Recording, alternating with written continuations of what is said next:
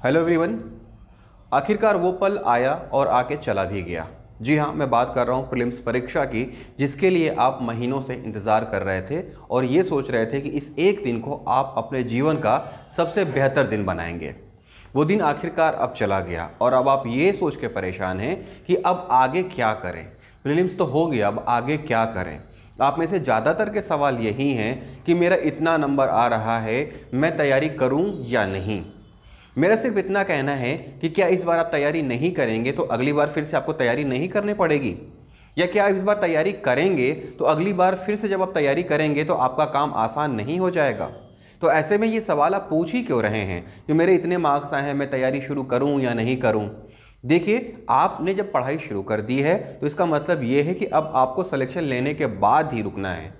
तो जब सिलेक्शन लेने के बाद ही रुकना है तो फिर ये प्रीलिम्स परीक्षा के बाद आप रुकने की बात क्यों कर रहे हैं। आपके मार्क्स अच्छे आए हैं तो भी आप तैयारी में भिड़ जाइए, आपके मार्क्स कम आए हैं तो भी आप तैयारी में भिड़ जाइए, क्योंकि मेंस अगर आप पहले ही तैयार कर लेते हैं तो आपका प्रीलिम्स काफ़ी आसान हो जाता है।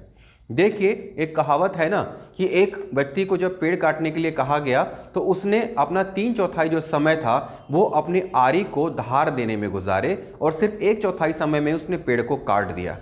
तो ऐसे में ही मैं शुरू से ही आप लोगों को कहता रहा हूं कि आप हमेशा ऑथेंटिक बुक से पढ़िए, आधारभूत पुस्तकों से पढ़िए, एनसीईआरटी से पढ़िए, क्योंकि लगातार ये बातें सामने आ रही थी और पहले से ही तय था, जिस तरह से 2 बार का पैटर्न आया था कि अब मल्टीपल क्वेश्चंस ही पूछे जा रहे हैं, यानी कि आपको स्टैटिक क्वेश्चन बहुत कम पूछा जा रहा है। तो उस लिहाज से जब तक आपको डीप नॉलेज नहीं रहेगा तब तक आप उन प्रश्नों का उत्तर दे पाने में खुद को असमर्थ महसूस करेंगे, और यही हुआ।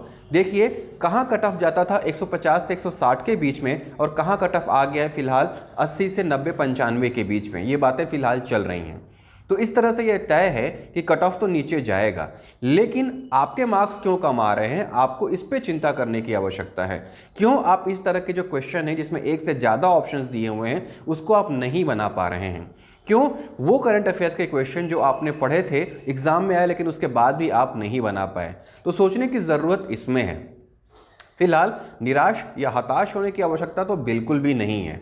अभी कुछ लोग तो फूड इंस्पेक्टर की परीक्षा में भिड़ गए होंगे, लेकिन जो लोग नहीं दे रहे हैं फूड इंस्पेक्टर का एग्ज़ाम, उनसे भी मैं यही कहूँगा कि प्रीलिम्स के बाद आप 6 से 7 दिन का रेस्ट लीजिए, पूरी तरह से किताबों से दूर रहिए, वो सब काम करिए जो पिछले 3-4 महीनों में आप नहीं कर पाए थे।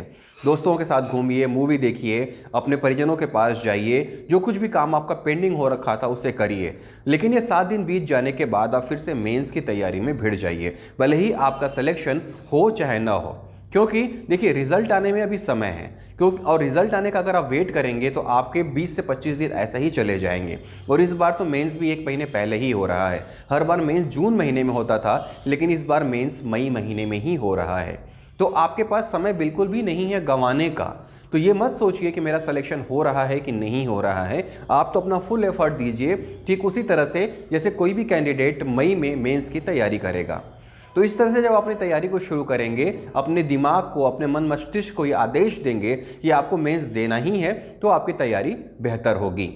मार्केट में जो किताबें आ रही हैं उसको पढ़ के अब सिलेक्शन तो नहीं होना है, ये अब आप समझ गए होंगे, जो मैं पहले से ही लगातार कह रहा था। इसके लिए आपको आधारभूत किताबें जो है पढ़नी होंगी और डीप नॉलेज उसका रखना होगा। आर्थिक समीक्षा को आपको बेहतर तरीके से पढ़ना होगा, क्योंकि क्वेश्चंस इन्हीं में से आ रहे हैं। जो किताबें हैं छत्तीसगढ़ की हिंदी ग्रंथ अकेडमी की, उनको पढ़िए। वो किताबें मार्केट में अवेलेबल नहीं है क्योंकि अब प्रिंट नहीं हो रही हैं, तो अवेलेबल नहीं है, बट उनके फोटो स्टेट या फिर जीरोक्स जो है वो मार्केट में अवेलेबल है। फोटोकॉपी लेके काम चलाइए। कैसे भी करके आपके अपने नोट्स तैयार होने चाहिए ताकि इन क्वेश्चंस का जवाब आप दे सकें।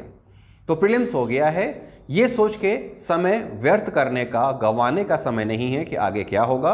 समय गंवाइए नहीं, बल्कि आने वाले समय की तैयारी करिए। बहुत सारे एग्ज़ाम्स से अगर आपका सिलेक्शन नहीं होता है प्रीलिम्स में, तो बहुत सारे एग्ज़ाम्स अभी लगातार चल रहे हैं, उसके लिए तैयारी करिए। या फिर मेंस की तैयारी ऐसी कर लीजिए कि अगली बार फिर आपको मेंस की तैयारी करनी ही नहीं पड़े, और जिसकी मेंस की तैयारी हो गई रहती है उसका प्रीलिम्स आराम से निकल जाता है, क्योंकि अब कॉन्सेप्ट चेंज हो चुका है।